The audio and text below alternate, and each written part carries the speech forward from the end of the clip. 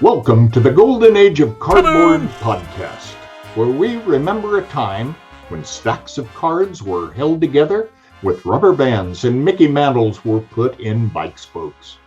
We hope you will enjoy and reminisce as you come along with us as we tell stories about the baseball cards from the Golden Age of Baseball.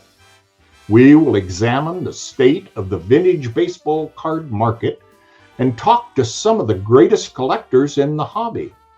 You won't be hearing us talk about any chrome or shiny cards here.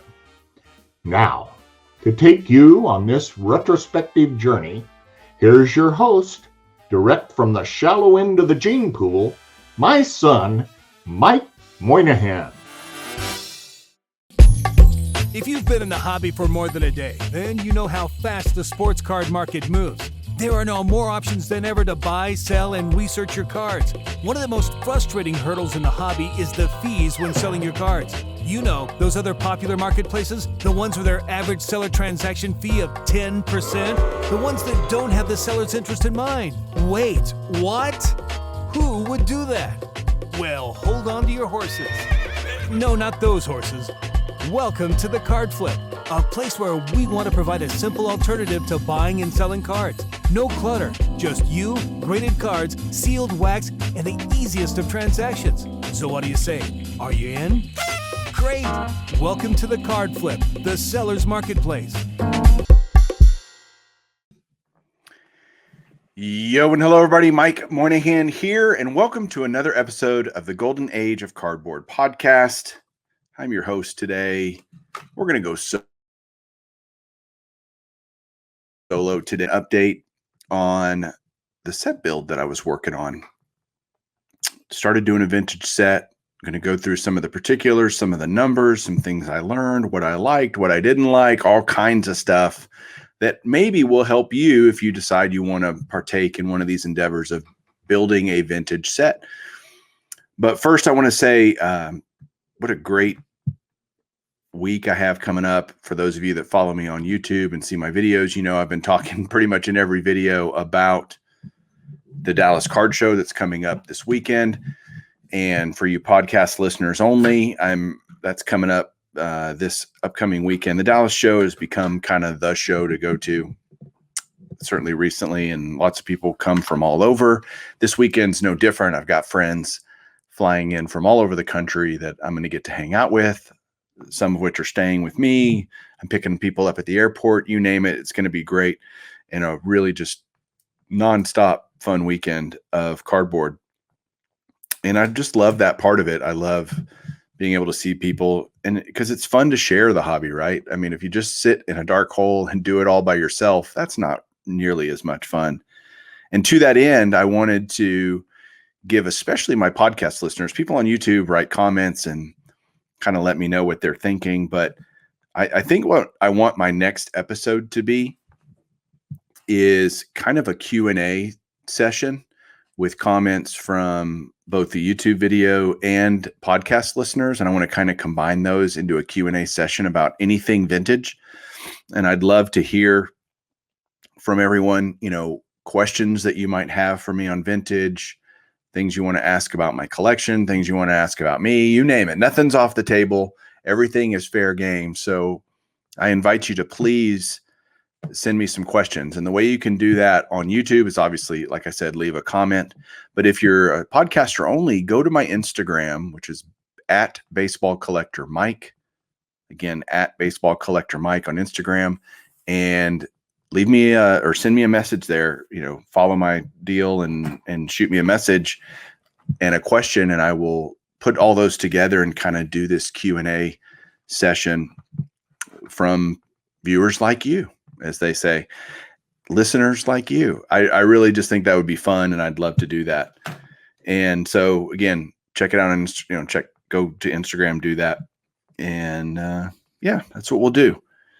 So back to the topic du jour today, which is going to be this project that I launched on March 25th of this year.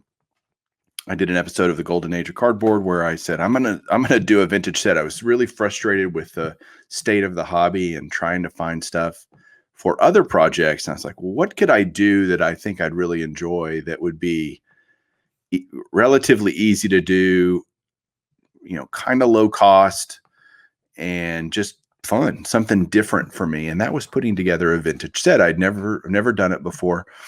Hand collated sets back in the 80s, during the junk wax era, like most people, as I opened box after box after box off the pallets from Sam's. But at the same time, I don't know, that doesn't feel the same to me as it does putting together a vintage set, kind of hand collating that, so to speak. And I had a couple of goals when I went into that. I said, all right, look, I want to do this in a certain time frame. I gave myself until the National to finish it. And I also kind of gave myself a budget of about $1,000. I wanted to spend around $2 per card for all the cards that I needed. And I got a lot of comments from people basically saying that's either overly ambitious in terms of the cost, or, hey, I've been working on a certain set for 5 years and whatnot. And I'm like, man, what have I gotten myself into? I'm thinking this is going to take me forever because I didn't, again, know what I was getting into. As I got started with it, again, March 25th, I probably didn't make my first purchase till a few days later. Now, one of the huge, gigantic advantage that I had was I already had all of the Hall of Famers in the set. Not only their base cards, but if they were on a combo card or an all-star card or you name it, I already had all of those. So I was super ahead of the game at that point from the outset. Like, okay, I've got this gigantic jumpstart. All I need now are the commons to finish it off. And that's why I thought, man, this would be something easy to do. Like, all I need are commons. How hard is it to get? And I come to find out that there were parts of it that I thought would be easy that were not. And the parts that I thought were going to be hard were easy. And so I just want to go through things I learned, all those kinds of things. But I want to first share my screen with you. If you're watching on YouTube, this will be much easier to follow along. If you're listening to it on the podcast, I will do my best to, kind of talk about what I'm showing. But what I did was to make all this happen. I'm a big spreadsheet guy. I love tracking my collection. I love just building a spreadsheet that works for me. Everybody has their own quirky ways of the way they like to do spreadsheets. I just love them. I have the world's most gigantic spreadsheet for every little part of my collection. And some things cross over to other projects. A 1960 Topps Hall of Famer card might also cross over to just a general Hall of Famer run that I'm doing, or a player run, or you name it. And so there's some crossover there, but the general rule is make a spreadsheet for every part. And so I did for the 60 Topps. And so I was able to go to Cardboard Connection and pull down the checklist. That was step one. How many cards am I looking at? And there's 572 for the 1960 Topps. So I pull down the checklist, I download it, put it into the spreadsheet. And you can also do that on Trading Card Database, or you can get card checklists just about anywhere. Beckett, you name it. It's not hard to find a checklist of a certain set that you want to work on. So I did that. And then I started saying, all right, which ones do I have already? And so I had Early Win as the number one card in the set. He happens to be a Hall of Famer. I had that in a PSA 5. So if I had I would mark that I have it. I would mark if it was a PSA grade, what it was. And then I also wanted to track the cost. And I also had a section for notes. So I had the card number, the player. These are all the columns in my spreadsheet. Card number, player, have it, don't have it. It's either a 1 or a 0. If I have it, it's a 1. If I don't have it, it's a 0. The grade, if it's a PSA graded, the cost, and the notes. And I only tracked the cost for the cards I needed to acquire because I already had the other ones, and I have it down below. It'll make sense in a second. I do have the cost of all of the PSA slabs because I wanted to see, all right, now that I've got this set complete, what was the total cost of this project? Which, before I get too heavy into this, and going through it, I paid, or I didn't pay. I got my last card in for the set on May 12th. So it took me a total of 48 days to complete this set, which is not very long. It's not very long. And I get that. A lot of people will enjoy the process and all of that. I happened to find the cards, and so I bought them. And a lot of people are in just different situations where they're really being super picky about the condition. They're being super picky about centering, or you name it, all sorts of stuff. I simply wanted the card. Did I want the nicest one I could find with the best, kind of condition to cost ratio? Yes, of course. But if I ended up getting one, it was kind of beat up, I didn't go, oh man, I've got to replace that. Not at all. In fact, I was like, I'm just glad to have it. So I get how there would be different people with different mindsets as they're building sets, to be sensitive to different things. Again, I already had all the Hall of Famers graded, so I knew what their condition was. The rest of them are all common. So to me, that was largely irrelevant. But I totally understand if people just want to, man, I want to build the highest condition set that I can. Man, good for you. Like, that's awesome. That was not my purpose. I just wanted the cards. And so one of the first deals I did was, let me step back from that, actually. The first thing I did was mention it on the podcast, right? I said, I'm going to build this set, and I put it out there that, hey, if anybody has any 60 Topps cards that you want to get rid of, I'm happy to buy them from you. Turns out several people did. They reached out and they either sent me the cards and I paid for them, or they were super nice and just said, here, we want to donate to the cause, so to speak. And they would send me the cards, which was super generous, super nice. And I tried to mark those on my spreadsheet under the notes section of who I got it from, because that was really nice. I probably missed some. There were so many things coming in from all kinds of places that I wish I had taken better notes, but I certainly got the cost down for all of them. And you'll notice, or on the spreadsheet, I have a lot of them with the same price, $1.21.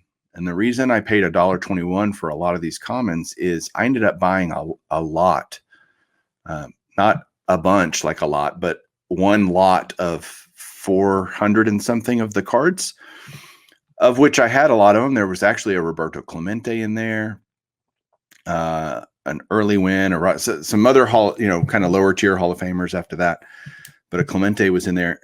And I did this order sight unseen from a guy off Facebook. And I ended up paying $1.21 per card. And it was 400 and something cards. So it's like, wow, I just knocked out a tremendous percentage of this project in one fell swoop. And so I get them in after, I just took them all. I didn't even think, well, which numbers do I need? Which numbers do I don't? I just did the deal for the whole thing.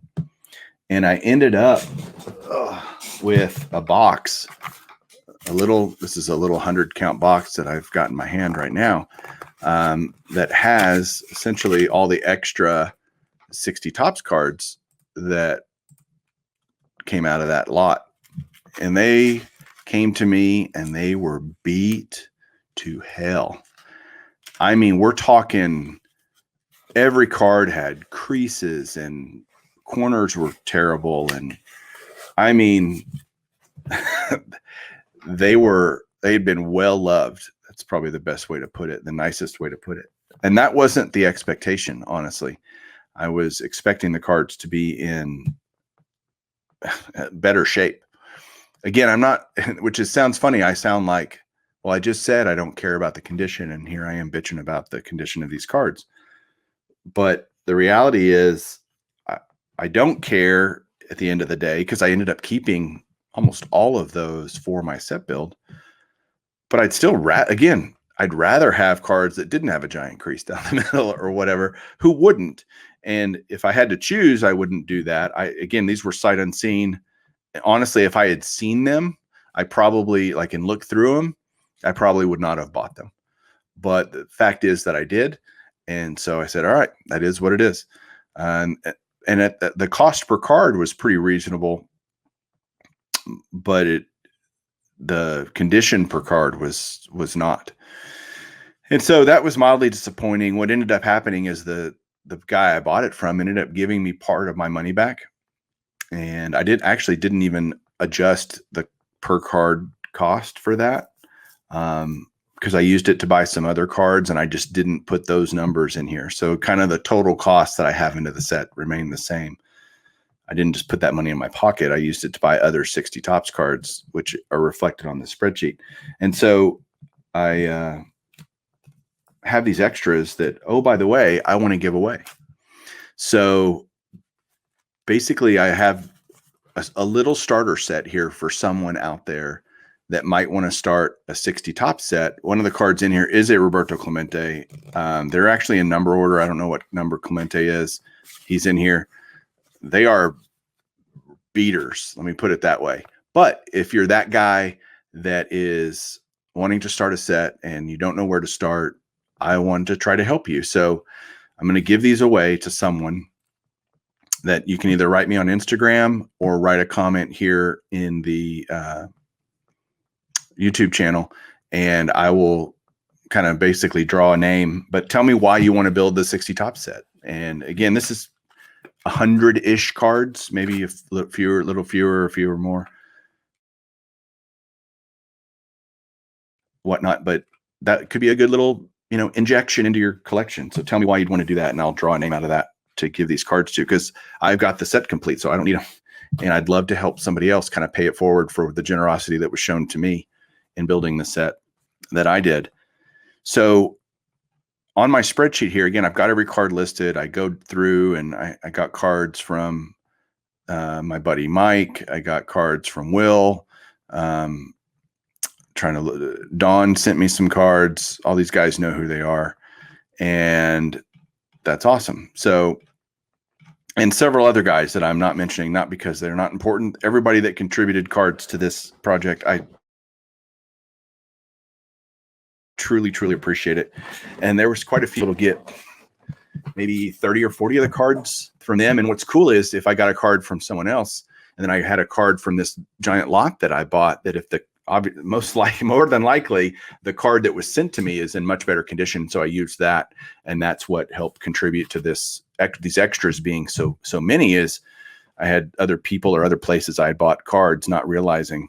But that's why it's so important to track what you have, because I ended up buying several cards multiple times, not intentionally, but just I hadn't marked it down right or whatever. And I'm pretty anal about this. I can only imagine if people are just doing it kind of, hey, let's just see what happens.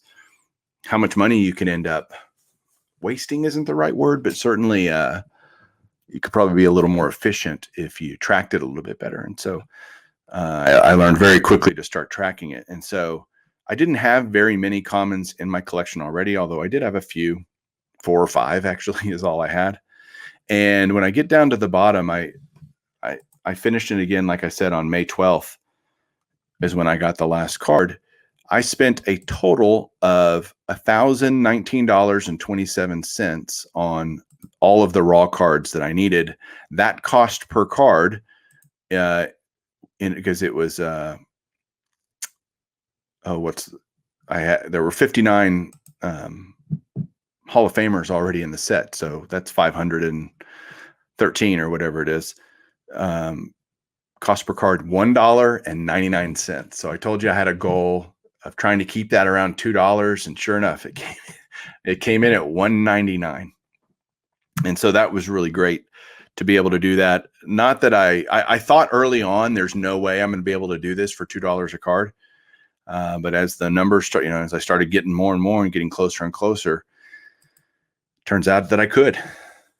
The total cost of all the slabs that I had already accumulated in my collection was just over $2,000, $2,006 to be exact. So the amount of money I spent on this set totally was $3,025.75 over, again, 48 days total. Probably actually less, because again, I didn't start buying things until 3 or 4 days after kind of the launch of the project. But I can see why guys might take a long time to build a set versus the way I just did it. And you're either A, really condition sensitive on the cards that you want to add to your set. And there's nothing, I totally get that. That's awesome.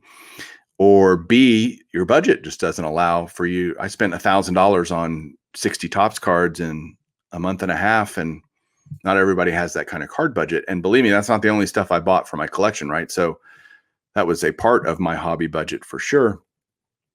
But I knew that, and I kind of, okay, that's what I'm going to kind of give towards this, knowing it could be more or less depending on how things shook out. So you might not have the budget to do that. And it just might, if your card budget is X dollars, and it just might take you longer to accomplish that. And that's okay too. I wasn't intending to do it at warp speed. It just kind of happened that way. It helped that I found this giant lot, and then again, generous people. And then, so let's talk about some things that I learned, because I'm kind of getting into that already unintentionally. And so again, I have my spreadsheet here.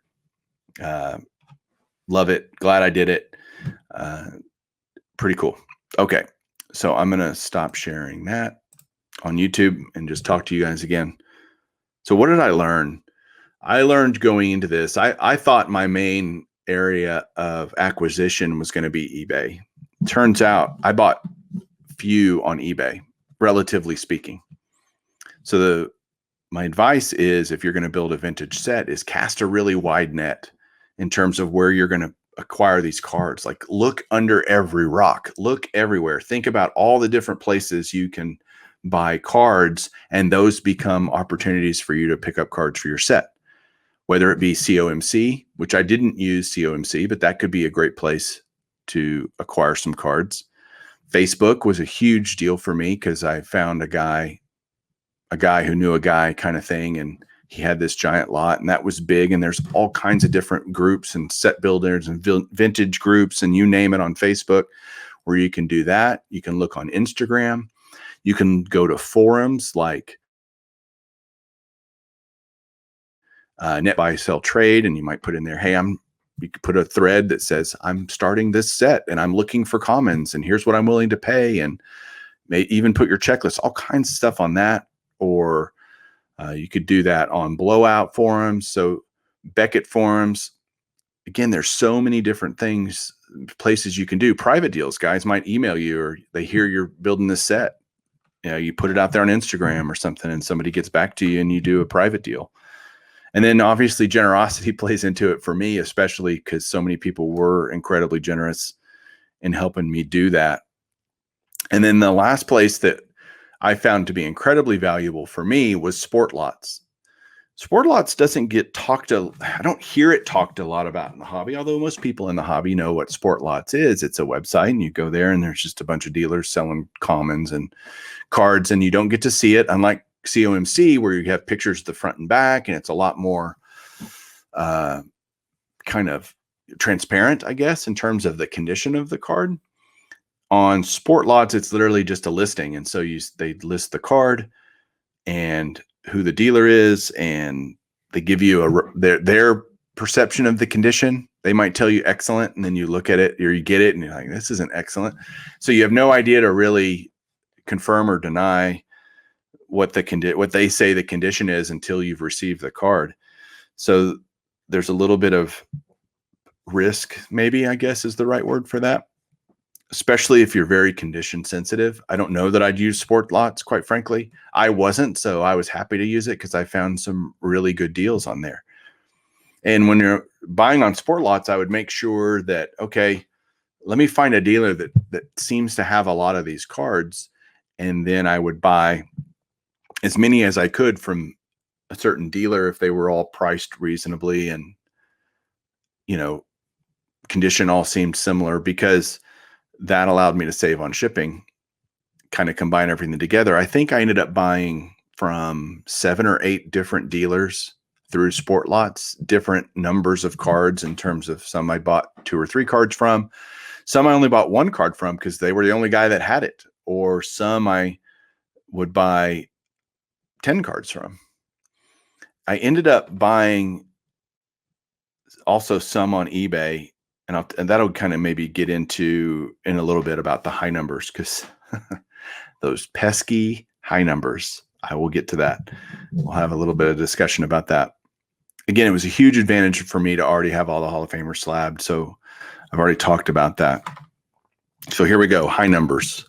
Holy crap. I had this perception of what the high numbers series would be like. I really honestly didn't think it would be too troublesome, too problematic for me.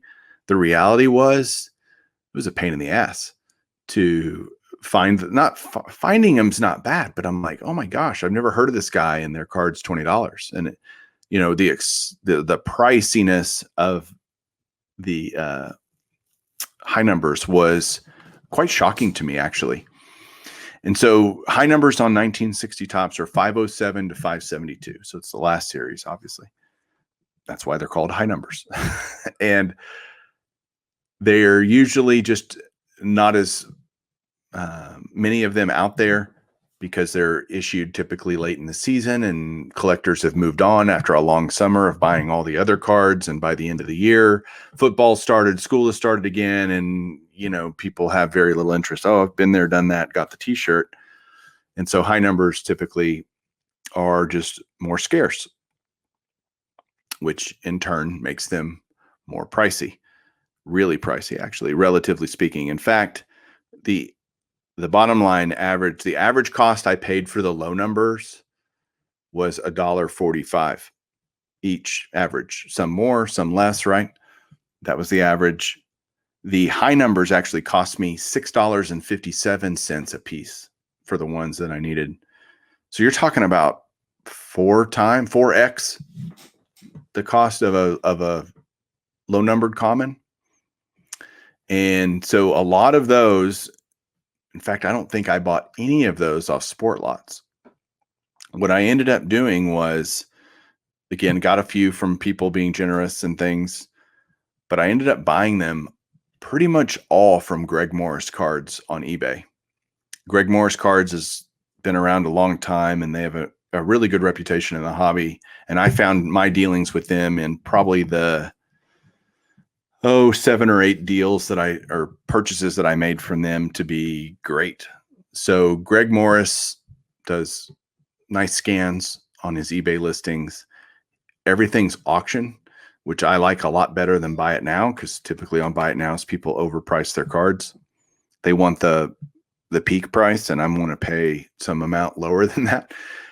And he had these going all the time. Like every couple of days, it seemed to be all of the 1960 Topps cards that I needed went for cheap, or not went for cheap, but were available for auction. And so in various conditions, some of them, what I like about Greg Morris and what most people like about him on eBay is that he pretty accurately describes the condition of the card in the listing. So if he says VGEX, it's a VGEX card. If he says, hey, it's this grade, but it has a crease in it, he discloses all of that stuff. And again, as long as I know what I'm getting, I don't mind. Like if I get the card and it has a crease in it, but he told me it has a crease, well, then that's on me. Like, no problem. I get it. I bought that card with you disclosing there was a crease in it. So good deal. And through several deals, there would be a wave of these cards would come through, these high numbers that I needed. And each time I would win some, and there would be a group of them that I would not win, that would go for more than I put in, that I was willing to pay. And it shocked me how much these were going for. Over and over again, I kept going, good grief.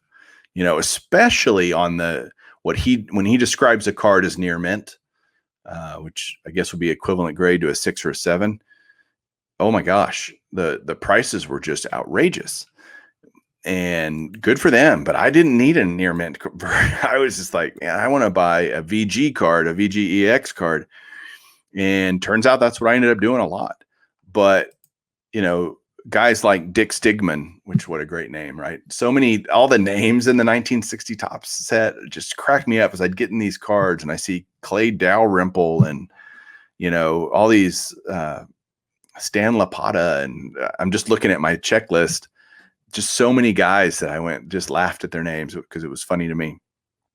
But like Dick Stigman was $9. And this is all the price and cost that I think about include shipping, because that's what I actually paid for it. If it cost $2 plus $3 shipping, then that's a $5 card. If it was $2 plus tax, right? So all of that, I just kind of looked at the all-in cost to acquire the card, and I considered that. What surprised me in the high numbers also was the team checklists were super expensive. I ended up buying the Cubs team checklist. I paid $19 for that. I'm just looking through my thing here. The Red Sox checklist. Oh my gosh, that was one of the last ones I got, because every time it would come up, which was again every few days, Greg Morris would be listing one for auction, go for crazy, crazy money. And it got down to where it was one of the last 3 or 4 cards that I needed. And I said, screw it. I put in for the one that I ended up ultimately winning. I think I put like $60. I said, I don't care. I'm just going to, you get to a point with a set or with any project and you get down to your last few and you're like, money be damned. I'm just going to get it. I just want to get this over with, kind of thing. And so on the Red Sox team card, I put in this crazy bid. I ended up winning it for $15.50. So I was happy when I saw the hammer come down on that card and get that done. But like an Ed Rackow was $11. I'm going, who the hell is Ed Rackow? Like some of these people I've never heard of, and I'm spending good money.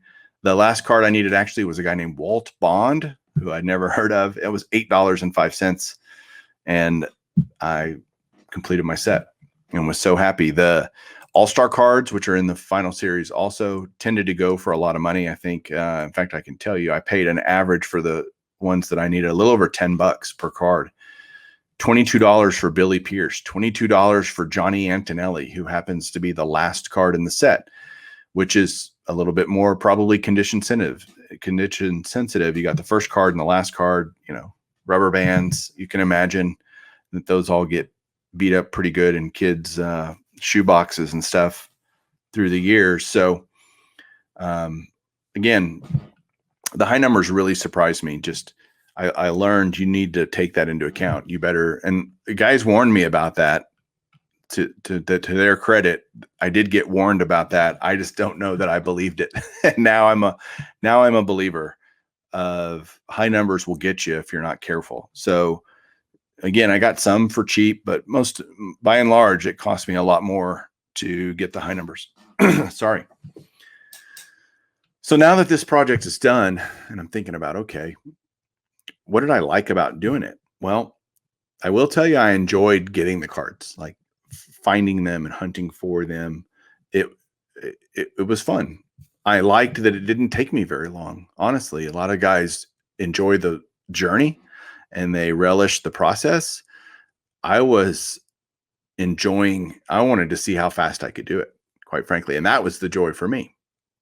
Once I've got this big lot and I realized, okay, maybe I can do this way, way quicker than I originally intended and originally thought that I would, that became a driving force for me.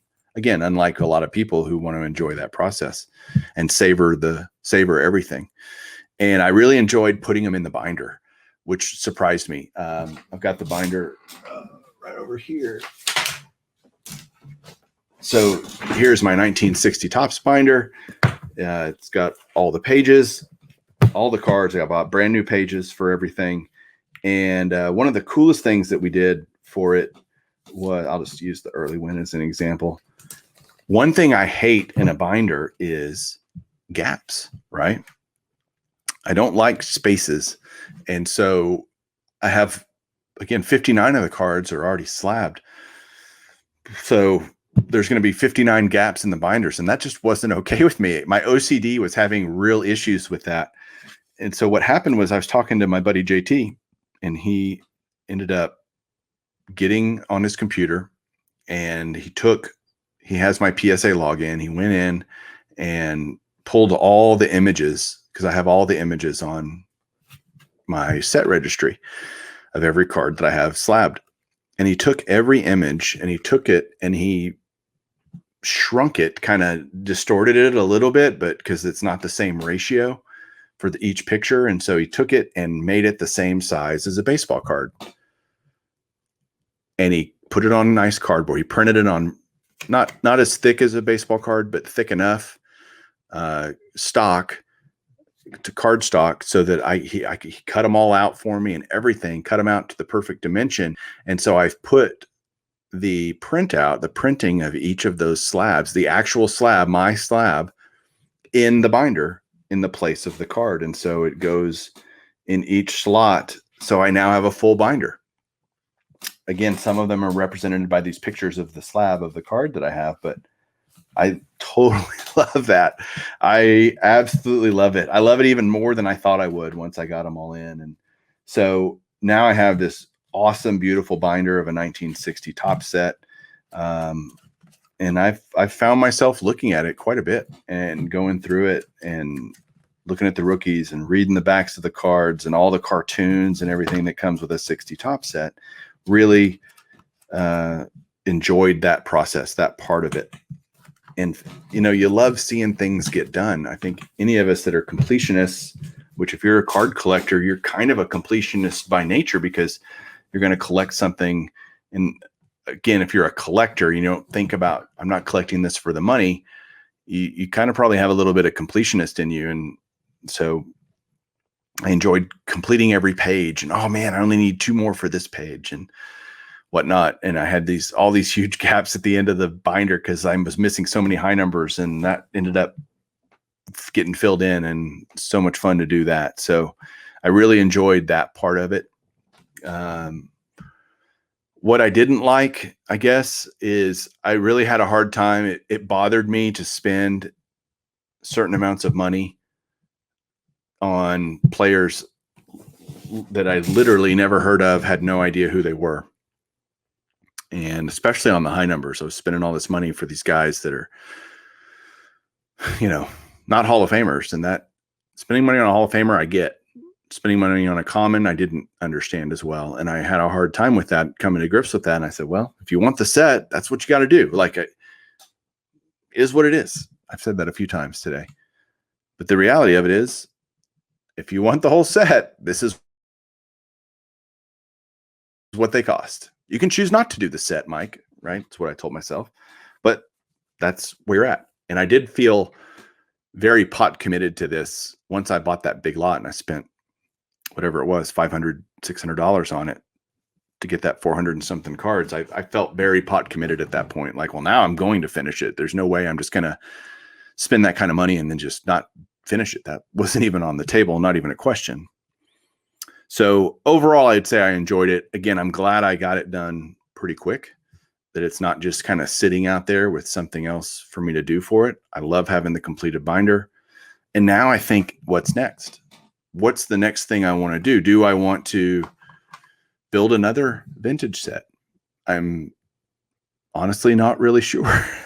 I think the next one, I've thought about what the next one would be if I did one. And I think 65 tops would be super fun because it's a relatively small set. Again, I don't have all the Hall of Famers though. That's part of it. Me in the process of me thinking, well, gosh, if I have to go out and get some of these big Hall of Famers, but I have all the big names, Mantle, Mays, Aaron, those things. So Koufax, Clemente, I think I could do it pretty easily. And I like the design. 65 is one of those years that I didn't really like a whole lot as a kid, not because it's not a cool design. I just wasn't as familiar with it. And over the years, the last decade or so that I've been really focusing on Hall of Famers, I really like the 65 top set. I love the pennant look, and everything about it. It just really cool to me. So I'm thinking 65 tops. The ultimate goal would be to have every top set from 1951 to now. Like, that would be, and I know collectors that do. And I think that is awesome. If you have the entire story of cardboard through tops since the inception of it, that's the ultimate goal, to have every tops card, basically every base tops card that's ever been put out. Yeah, I want to ultimately get there. So slowly and methodically and surely, I'm definitely, if I start a new set, not going to be like, oh, I'm going to break the record of how quick I did this one and whatnot. But I certainly do. I would tell people to walk away, like, try to find big lots, like try to find, because you get just such a much better deal on a per card basis by buying in bulk, essentially. If you're just going to go piecemeal every single card and go get each card, it's going to take you a really long time, which, again, if that's your goal, then great. But I think, man, just buy in bulk. And then the extra, then you have multiple cards to choose from, of which one might be better or worse condition wise that you could add to your set and include in your set. For me, it was just that made the deal for me. When I bought that bulk, I was like, even though the condition wasn't what I expected and whatnot, I still was really happy I did it, because I knocked out so much so quickly that it was actually inspiring to keep going and, you know, work at it and really look every day and try to find new cards that I needed. So that was really fun, actually. So that's what I would try to do again with the 65 top set, if that's what I decide to do. I haven't, again, ultimately made up my mind yet. We shall see. So that's kind of the story from this project that I did. I really glad I finished it, really glad I did it. And I learned a lot about myself. I learned some things about the hobby, which is at the end of the day, really what it's all about, right? And I got some super cool cards that I added to my collection. And I now have a 60 top set that I paid all in told about $3,000 for, which isn't terrible. Might sound like a lot. It is a lot of money. It doesn't just sound like a lot of money. It is a lot of money, but I feel like I did well with that. And okay. So next up, let me know what you think down below. First of all, what you thought about this. And again, reminder, send me questions, because I really would love to do a pretty extensive Q&A session, you know, talking about things that you guys want to talk about. So please do that. Love it. Again, Instagram is @BaseballCollectorMike. And on YouTube here, just leave a comment with your question and just tell me, hey, this is a question for the Q&A or whatever, and let me know. And there we go. So till next time, guys, I really appreciate you watching. I appreciate you listening. I appreciate your feedback, your encouragement. I get a lot of emails and things, and believe it or not, I read every one of them. I read every comment. I genuinely appreciate you guys and love that you love what I do. So thank you for being encouraging for that. We'll catch you guys soon. Keep collecting.